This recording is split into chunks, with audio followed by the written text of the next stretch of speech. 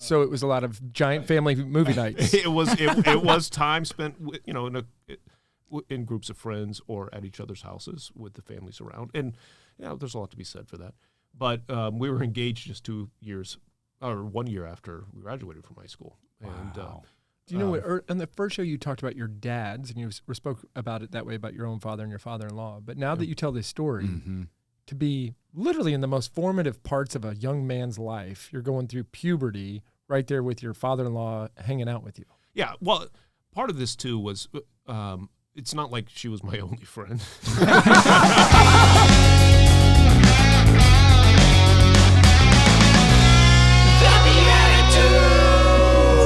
Hello.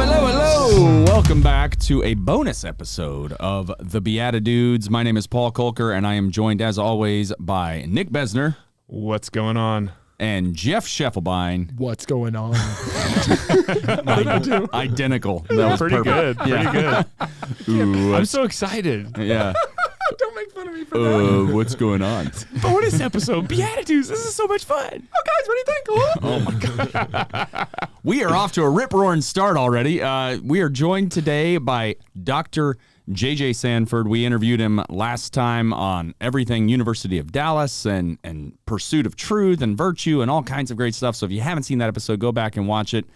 We're going to get a little deeper today on the bonus episode, find out a little more about family life and all of that beautiful stuff. But first, we're gonna start with the game early. We're gonna kick it off I like it. with our improv game. Just go ahead and dive right into some caricatures. You excited about this? I am absolutely excited.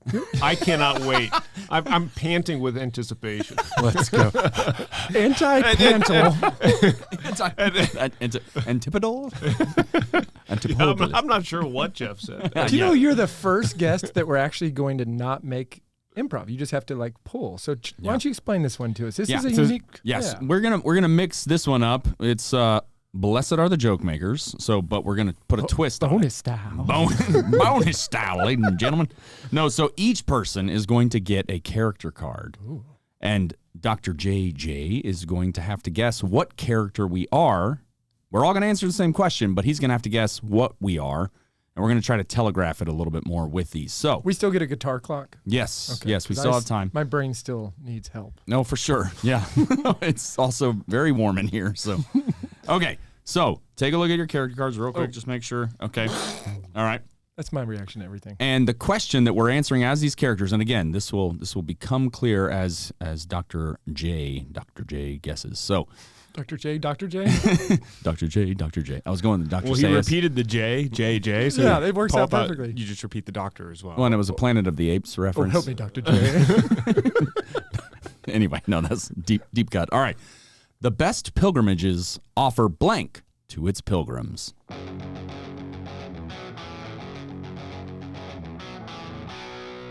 How could they offer the best of anything? It's just your feet hurt, and I mean, I guess you're there for a while, and you get to see cool historical things, but you're either a curmudgeon elder. Yeah, fellow. I'll give you that. Debbie Downer, chronic complainer. Okay. Yeah. Nice. Yeah. Okay. Good job, Nick. Yeah, that was great. Thank you. Great. Very helpful. Wait, can we? Yeah. The best pilgrimages offer blank. Yeah, I was just going to say that it's really... You're a drunk. Okay, hold on, give me a second. Yeah, when they offer their own wine that they make to my nephew, well, he's studying abroad. You're a former rock and roll artist. Oh wow! No, but you're a drunk uncle. The nephew part the was pretty nephew. awesome. Nephew was good. Yeah. I missed the clue. Yeah, that's all right. Well, I mean, there's a lot going on. What do you mean, Jeff? The best pilgrims offer blank to its pilgrimages offer this to their pilgrims. I've got to get my head there. Yeah. A confused radio host. Oh, Jeff. I'm playing Jeff. Nice. You know, the best pilgrimages offer a stop first at Macy's because it's on the west side, and then as you start working through, there's a J. Crew. So you're a teenage young lady. No, who, yes. I mean, I don't know what the difference is. In your fantasies. Let me not going there. I will say that my favorite thing about pilgrimages, you know, like after you're done with the holy sites, you get to hit up every single one of the souvenir places, and then you get to just a chronic shopper. Shopaholic. That's I feel like our guest was throwing me off with my own what do I do here? I just played a laugh track for all of us. That one goes for a really long There's time. a lot of people laughing. It's an auditorium of laughter. That was great. All right, Good JJ. Yes, sir. When I first met you, you were among the elite when it comes to big families. Give us the rundown. What's going on in the lineage of JJ and Becca? Yeah, we've got 7 sons and 2 daughters, and our oldest son, so 5 boys, then thanks be to God, we had a daughter. we love our boys, and then son, daughter, son. Cool. And the 2 oldest are married. Our oldest works for Scott Hahn, actually. He's the director of development for the St. Paul Center, and he and his wife Rachel are expecting their 3rd daughter. And our son Joe is a graduate student, and he and his wife Fran just had their first son. And we've got one who just graduated from college, got a job, and is doing well. He's moving to D.C. And then one in college and one over at Cistercian, and 2 over at Cistercian as of next year, and then on down the line. So, incredible. It's a blessing. 27 down to 4, and they're Grandpa Ford looks younger than me. Well, I got these bags in my eyes. You got those glasses. they hide the bags. That's the secret. Yeah, but we wanted to be open to life from the very beginning, and God's just blessed us, and we love having these kids very active, very involved in sports and music, and our daughters do ballet, and what's the age difference between your youngest and your oldest grandchild? About 4 months.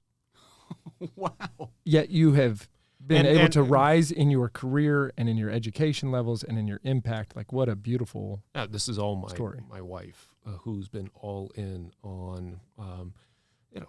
We're engaged in a mission, and that encompasses first and foremost our marriage, right? So I'm a husband before anything else other than a child of God, and I am a father. I just want to clap and cheer because this is it. And then I'm a professor and a president of a university. And one of the things I really work on is that order. Yep. Am I keeping that order? And it's not always perfect, but Doing pretty good, my friend. yeah. Well, thank you. Where does BeatiDude come in that? You're a BeatiDude. Yeah. Top priority. I'm gonna. Yeah. No, we don't need to be sacrilegious here. We just need to be sacrilegious. So. Yeah. And I've got the socks. Thank you for this do. gift. Yes, It's a beautiful absolutely. gift. Well played. JJ, I was talking to your wife earlier. As you know, on the last show, she helped us to stump you Yeah. in the Just Ask JJ. Very effectively. I think if We've we known were, each other since we were 12. tell us about this. This is an incredible Yeah. story. Yeah. I What's wanna the know story more. there? Yeah, I mean, we were in 7th grade together at this. Watching scary movies. We didn't start that way. Yeah. First time I talked to her, I accidentally hit her in the face with a snowball that I was thrown at a friend who ducked, and I needed to apologize. And Thanks a lot, Carl. I already had noticed her and was of course terrified of her beauty, and over time we just got to be better friends, and it kept deepening. So we never dated anyone else. When did the dating and part start? Met in 7th grade. We were not officially allowed to date until after high school. So it was a lot of giant family movie nights. It was time spent, in groups of friends or at each other's houses with the families around, and there's a lot to be said for that. But we were engaged just 1 year after we graduated from high school. And Wow. Do you know what? On the first show, you talked about your dads, and you spoke about it that way about your own father and your father-in-law. But now that you tell this story, to be literally in the most formative parts of a young man's life, you're going through puberty right there with your father-in-law hanging out with you. Yeah, well, part of this too was it's not like she was my only friend. and we weren't Better work. Pushing all the chips in early. yeah. We were both involved in sports. I played 3 sports in high school, and had healthy friends with people in our classes, and that was really important too. So the slow drip, so that we didn't rush into this, and great parents who just guided us to take a real posture of sanctification towards whatever relationships we have. You know, you're around young people all the time, and so certainly you've seen this whole push to like, wait until you make it before you get married. Make sure you're completely financially and emotionally independent before you have to rely on anybody, because you never want to rely on anybody. Like, how do you react to or coach or even work through some of that culture, given the success of your history? And what sounds pretty reckless, right, on our part. Get married now. You know, Just do it. Look, there are different paths. I am very risk tolerant, and so is she. Very idealistic. From a young age, my father always made it clear that after high school, financially, we're more or less on our own, and that was very good for setting my own expectations. And I was blessed with this full ride to college. She was blessed with almost a complete scholarship. And we both worked hard. And I worked for a painting company. I was a foreman starting after my sophomore year of high school. And so I didn't care. She didn't care if someday we'd make more than $50,000. I knew I could work. It was important in my family to have some kind of trade. My older brother's a machinist, for instance, and worked as a home contractor for a number of years. And so that gave me a great deal of confidence to be able to do things with my hands and know that I could bring in an income. And we wanted to do much more, and felt a calling. And as I matured and thought, well, I was given these gifts, I ought to live magnanimously and really strive to do the best I can to contribute to building up God's kingdom. And what's funny is we actually kind of spoke that way to each other, thought that way, not always that sophisticated, but we dream big dreams together. So what do I say to people? Both my sons who married, I did counsel them that given their financial circumstances, it probably would be wise to wait until they were done with college. And that had to do just with how they were making their way through that period of time. So I'm not saying, okay, throw all caution to the wind. And, even in terms of the size of the family, the pacing of kids, I mean, we're enabled to reflect there so long as we respect the church's teaching about contraception and so forth. Humanae Vitae is sometimes a forgotten document, but there's a lot of wisdom there. So I think it's important, though, not to have it all worked out, and there's real financially or also in terms of your own habits.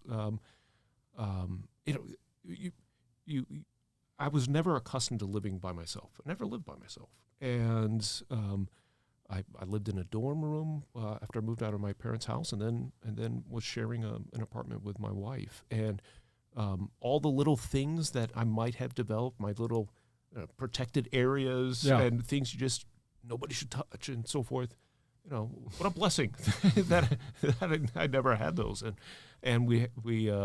I've got a few things, but now that you've got 9 kids, but just shaping our life together from the beginning. There's beauty in that. But I'm not saying everyone needs to do that, and we do have to exercise responsibility. But boy, we need people with guts. JJ, I must have misunderstood y'all. Some bold risks. I must have misunderstood y'all, because it wasn't too long ago that me and Amanda were hanging out with you and Becca at one of these charity deals, and we were talking about some family stuff. And I thought you said, "Go get them, have more kids. So my wife is pregnant right now with number Hey, 7. congratulations! I told these guys That's awesome. I was like, "You're pregnant? Oh, I got to book JJ on the show." Like, I've been waiting for this moment. That's awesome. Yeah. This is actually the BeatiDudes' first time to learn of this too. Now, Wow. Nick and Paul, Inner Sanctum, we had this conversation yesterday. Well, Yeah. Well, that, Number that, 7. that's fantastic. Thank you. You know, And your family is beautiful. Thanks. And I love the way you and Amanda with the kids are just awesome parents. And you've got Thank them more you. compact, right? oh, they're pretty tight. Yeah. And you know, we were able to isolate in occasional, you know, I'll be man-to-man holding this coverage. baby in January, God willing, and be able to say there's 7 and the oldest is 10 and there's no twins.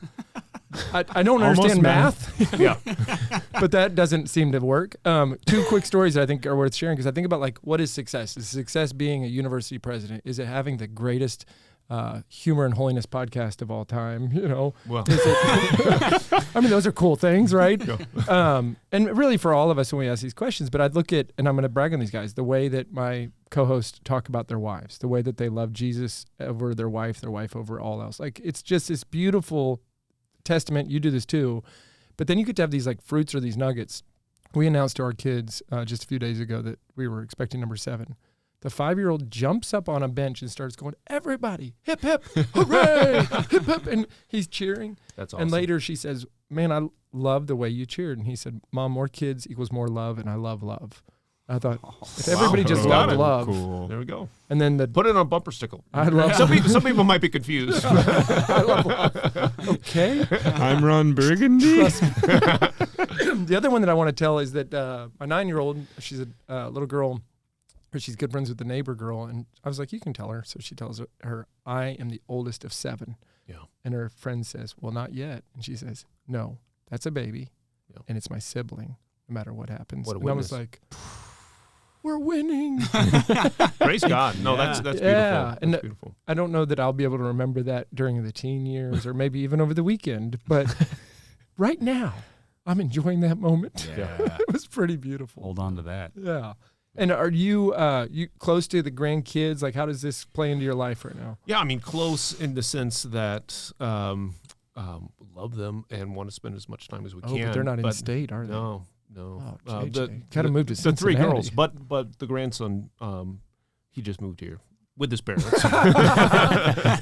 It's not an emancipation. I'm packing my bags. Advance. Yeah, no, he's just a little guy, 6 months.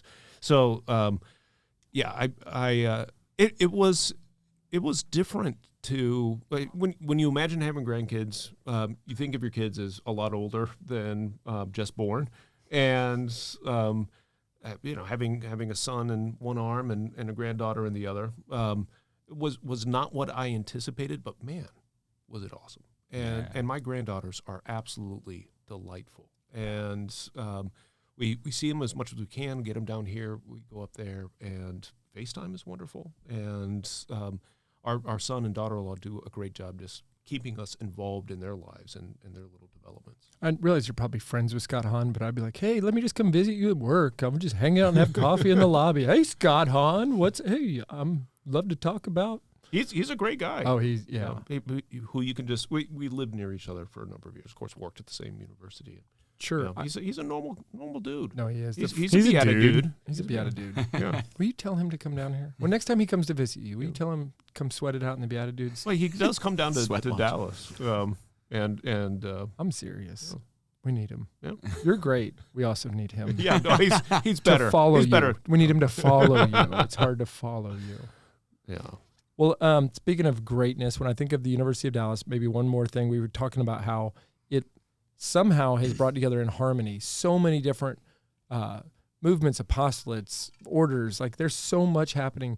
But one of the things we didn't talk about on the first show that people can go back and watch is this tribute, this shrine to Our Lady of Guadalupe. Can you share a little bit about that and that whole process? Yeah, so we've got a shrine on campus. It was installed in 2015, and it was a group of alumni who just felt called to step out boldly, and they persuaded the then president, and he got the bishop involved at the time, and they worked on raising the money. We have a it's not something that was produced in a warehouse someplace and it gets shipped across the country. This is a unique image of Our Lady of Guadalupe. A rock from Tepeyac is there. And I keep looking for that rock. Which one is it? yeah. I'd like walked around like, where's the rock? Am I missing it? Yeah, we'll find it for you. So when I was asked to be the president, I thought, well, we've never consecrated the University of Dallas to Our Lady of Guadalupe, and we've got this marvelous shrine. Our cathedral parish, Our Lady of Guadalupe, she's the patroness of the Americas, and I've always had a strong Marian devotion. Just over the last several years, have I really deepened a devotion to Our Lady of Guadalupe, and just felt called to give us a kind of spiritual anchor, even though we've got this diversity of religious communities. And we unify the idea of what the University of Dallas is, kind of intellectually. We needed a mom who was looking over the whole, and so we had this beautiful Eucharistic procession around campus. The bishop and the orders involved in the university involved in that procession, and other diocesan priests and faculty and staff and students. And the students who didn't read their email when they saw us walking by, just so powerful, hitting their knees. Yes. And they know what's going on. Yeah. And then we all laid flowers at the feet of Our Lady of Guadalupe at that shrine, and then had the formal consecration in the church, and just celebrated the anniversary of that in early May 7th. When I walked back to the shrine afterwards, somebody had interwoven. There's like a mesquite tree behind her in this rendition, and interwoven all of those roses throughout the whole. It was just gorgeous, Beautiful. And the next morning, we went to mass on campus, and I saw three sisters sitting there. And one of them was a student of mine this past semester, and they were the ones who did this, and they were praying a rosary before Our Lady after their morning mass. So. I feel like after this episode airs, you're just going to have to beef up the welcome team at University of Dallas. And anyone is welcome. I mean, we are the only Catholic university in North Texas. I whether you know anything about the University of Dallas, other than the fact that we have this shrine on campus, just come. Yeah, she's around. for everybody. She's for everybody, and that was part of the point of this consecration, to make it clear she's for everybody, and our university's for everybody. Well, I love this. I think I speak on behalf of all of us that this has been an incredible day with you. It's been a lot of fun with you. I do have homework to do to go figure out what you said. I never read the Republic, but I listened to it fast so that I would at least have a clue what you were talking about. Lots of Latin. Yeah, that's lots of Latin. But I do want to give you back the mic to kind of finish this out. You host your own radio show. You could just rock this whole thing. But maybe any closing. Mine's a little different, a little more sober. I thought you were going to say you do more improv games. Yeah, a little more wheels off. So I do think this is a good chance maybe for a final reflection on anything. I mean, I'm just going to open this up. We've been talking about family, education, philosophy, our own journeys, really the power of prayer, the need to bring everything to prayer, not just the things that are convenient to bring to prayer. I'm just kind of throwing up a bunch of balls and seeing which one you want to take a swing at. But you're going to give us our closing, and then we'll nod at everybody and send them off on their way. Well, I'll leave you with something to think about a little bit and to read. I recently read George Weigel's Witness to Hope, and I'm sorry, to Sanctify the World. Witness to Hope is his biography of St. John Paul II. To Sanctify the World is his most recent effort, and he's reflecting on Vatican II and really. When I was a kid, Vatican II was like all over the place. We're Vatican II Catholics, and it meant a lot of wonky things in terms of sacramental elements in a parish, and you can go through the list, and then when I was reading the Catechism and trying to figure out what does it mean to be a Catholic, Vatican II, how should I embrace Vatican II? And that this book was really helpful for me because it shows both the continuity of Vatican II with the tradition and also the hope-filled dimension of that most significant moment in the church, a 4-year moment that really set in motion the papacies that have followed, and it is a witness to hope. The title of that other work, and of course John Paul II and Benedict were both involved, not as Pope there, but reading that book gave me hope and real gratitude for the contributions of those who formed that, the contributions of people like George Weigel and others who have been finding really creative and bold and subtle and winsome ways to share the faith and to frame this millennium for the church, because our work is not done, and we need to be hope-filled people who are inspired by a church that we can be proud of, even with all of its warts, and a message that really saves and that transforms lives. And so my encouragement, and to tie it into some things I said a little earlier, is be not afraid, take courage, as John Paul II constantly reminded us, and educate ourselves and be filled with hope, be filled with joy that comes from that hope. When I listen to you and Paul both go back to your seminary days and some of your academic days, there's parts of it that are challenging. I will say, for anybody listening, George Weigel makes all of this very accessible. Mm-hmm. Yeah, he does. The articles and books I've read, he speaks in a language that I can follow. So I look forward to checking out that book. I'm going to ask my co-host to help me say this. We loved having you here. We'll see you at the university, and for the rest of you, we'll see you in the Eucharist.